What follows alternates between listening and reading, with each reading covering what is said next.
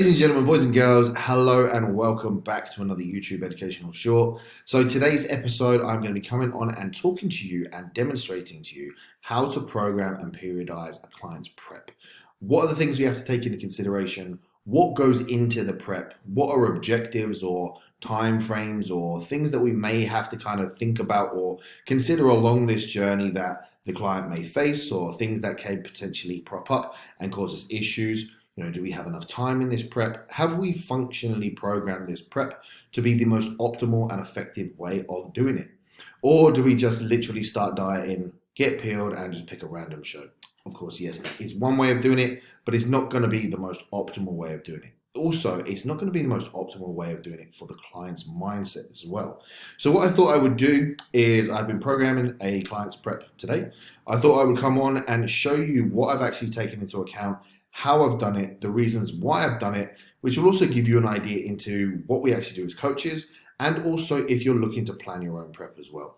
So let me bring up this untitled document. It's untitled because obviously I don't want to give the client's dates away or who they are, but I will show you exactly what we've had to take into consideration. So this fine young gentleman has come to me with a 30-week prep. He doesn't know what shows he wanted to do. He wasn't really sure kind of the direction. He just knew that he wanted to kind of land sort of peeled and ready around September time. So what I've done is planned and periodized this whole period of time based on the most productive and also prospective season for him. What we've done is I've taken a look at his physique. I've taken a look at the position we're in. I know him very well, so I know the standard that he can compete at.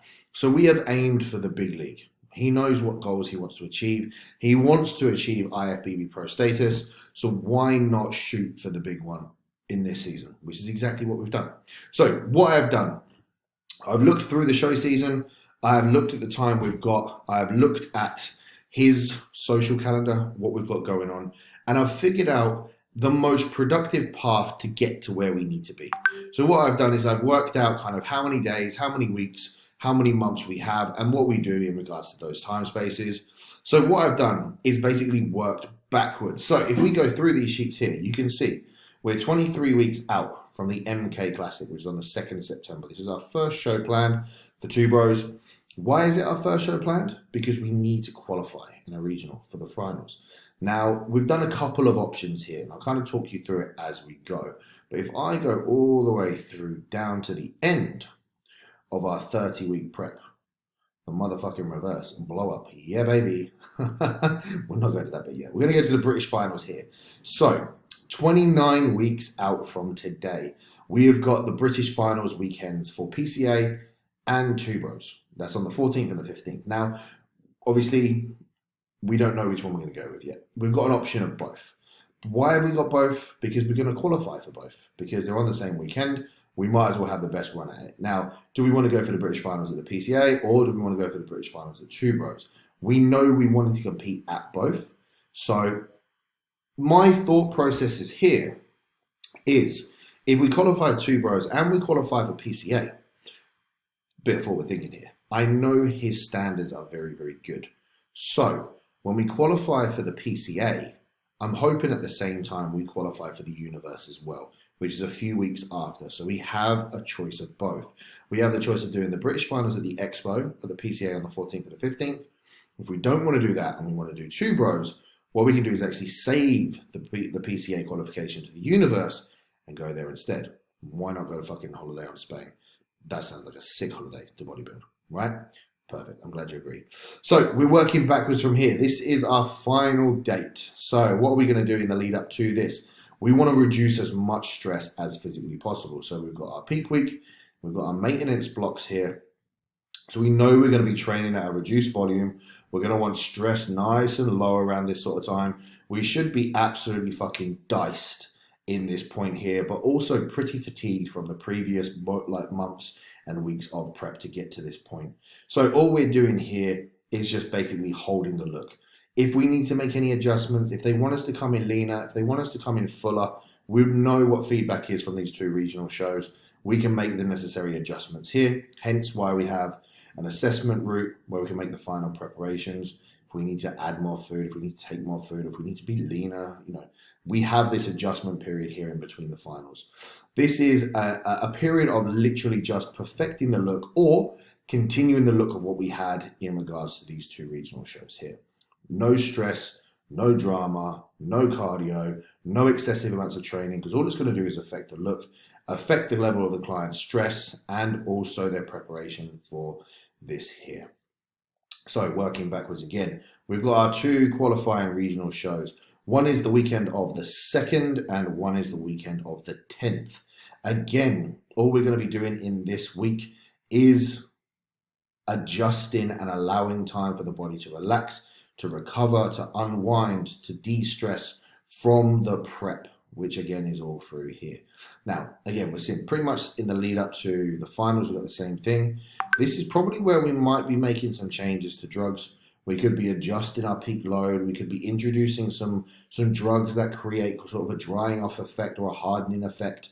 We could be implementing and changing lipolytics in this phase, taking things out such as growth hormone or yohimbine, things that are going to create more of a water load or a water effect. These are going to create the cosmetic effects in regards to peak week and showtime. And again here. So you see each column has a different section. We're doing different things. Again, we're only training at maintenance here because we should be pretty much peeled.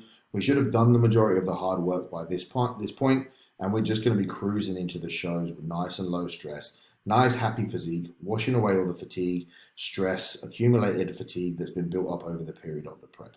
Now, obviously we're working backwards from here. I'm going to go back to the top just so we can make it all make sense. So this is day one. This client is actually starting with me next Monday. We'll program the prep so he knows exactly what he's doing. We are starting in a very heavy dieted phase. So super caloric deficit. We're going to be training to mass potential of diet. We know he's 230 pounds plus. So we've estimated weight. We need to be peeled around 45 to 55 pounds off. Now it could be more, it could be less, but I've estimated around a 2 to 2.5 pound loss per week. That's going to fall off as soon as we start dieting. So obviously the weekly average is going to change. We're going to go heavy with lipolytics, steps, cardio, 20 minutes of cardio 5 times a week. We know that this guy is going to be nice and fresh here. He's going to be ready to get going. He's going to be ready to hit the ground running. He hasn't done any cardio. He's been eating loads of food. So let's get the hard work done here. Diet for 5 weeks solid. Then we deload. Again, we assess the rate of loss. We should be around 215 pounds here. Again, diet, heavy diet. We should be around 200 pounds here. Another 12 weeks later to 13 weeks later. Then we dive into the third meso. Again, heavy diet again, really driving as much lipolytics as possible, as much lipolysis as possible, real heavy, deep in the deficit. When we come to the fourth meso, we should have the vast majority of the work done here. Maybe 10 pounds off, 10 pounds off to come, which is going to happen as we drive through these weeks here. This is where we can start reducing stress, start reducing fatigue, start lowering some of those lipolytic drugs, getting rid of some of that systemic and central nervous system fatigue, some of that drug-mediated fatigue as well, because as time goes on, we're going to be increasing our drugs as we go too. So you see here, we have our drug page. We're going to start off at maintenance, so this is the level that we're starting off, and then each week increase and titrate up as and when we need to.